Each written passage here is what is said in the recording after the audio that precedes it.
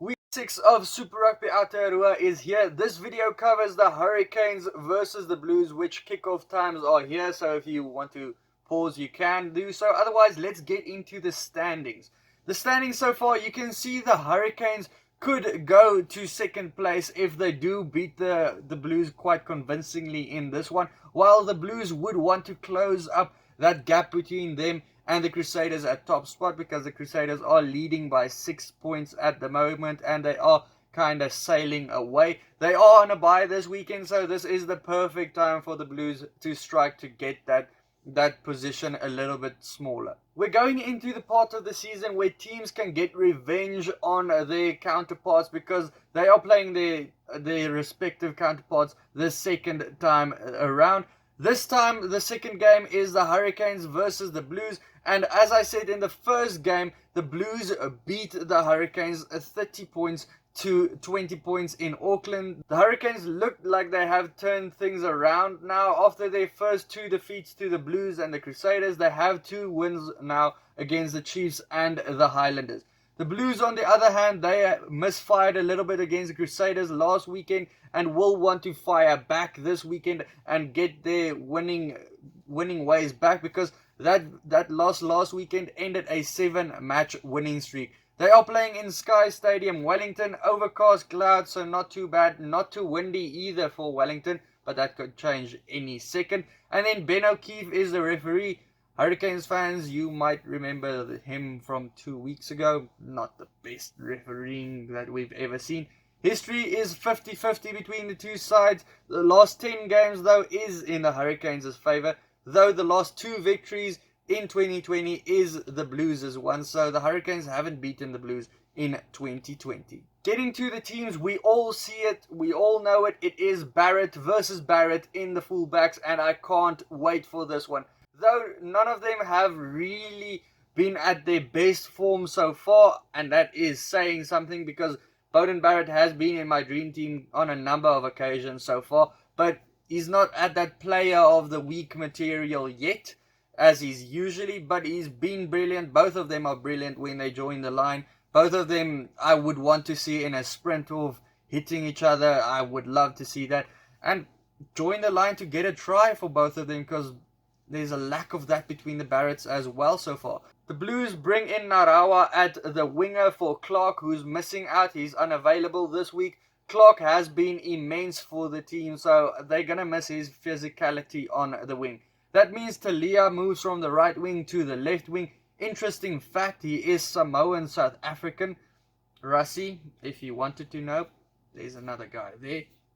Probably not going to happen. Talk about a South African, not Kavia. Kobus van Wyk is on the wing. He's been immense as well for the Hurricanes. He's a prolific try scorer. He's scored in the last couple of weeks, 2 or 3 weeks, so he's been quite good. In the midfield, there's a little bit of a risk again going with Plummer at number 12. Laumape will be licking his lips to go over Plummer, but in all fairness, Plummer was great last week. He had a good game.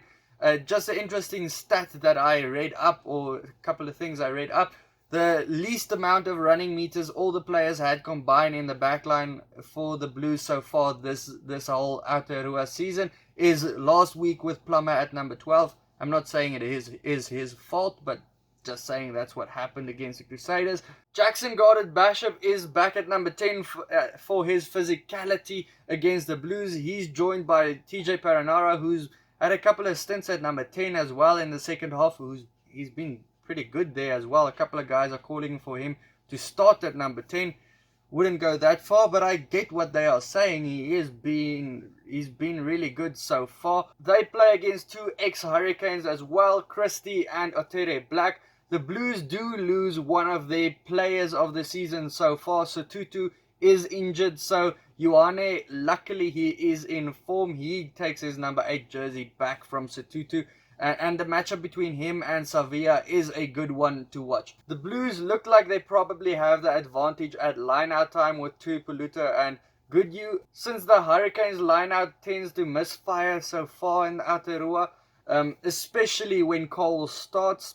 Unfortunately, that is what happens. He is back from his injury, so he is starting. Last week, Amoa at number 2, things looked a lot better for their line out. I did like how he played. He was very physical. I think, who did he tackle? Was it Hunt for the Highlanders? That was just a massive tackle. Eklund starts for the Blues though, and his line out skills, his line out throwing has also been questionable so far this season. So lineouts might be a disaster time. Maybe everyone fixed everything. Who knows what's going to happen here.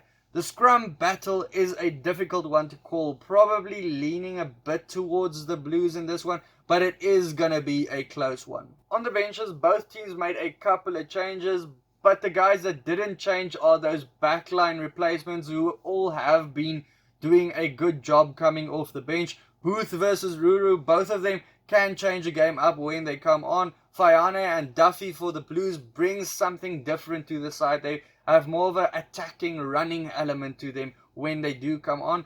Wes Goosen from the Hurricanes is the number 23. He's been in good form. In the previous season, or in the normal season, he was a very prolific try scorer. Not so much in Aotearoa so far, but I think he could click into gear any day and things could go better.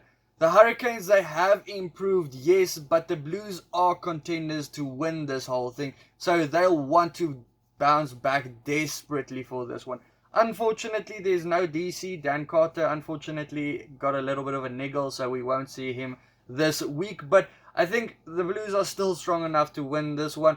The backline of the Blues, that's going to be the decider of this game. If the 3 kickers on the park do pay off, and if Clark's absence does kick them a little bit, but I do think they will win. I still stick with the Blues to win by 6 points. Guys, let me know your prediction for this game down in the comments below. Any other calls that you would want to make for the rest of the week, also leave them there. And then check out any of these other videos here next to me, and then I'll see you for the next one. Cheers.